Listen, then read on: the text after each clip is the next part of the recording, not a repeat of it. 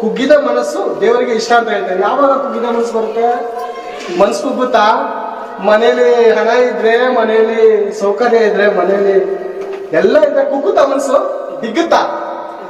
ಹಿಗ್ಗುತ್ತೆ ಪ್ರಿಯರೇ. ಮನಸ್ಸು ಕುಗ್ಗೋದು ಯಾವಾಗ?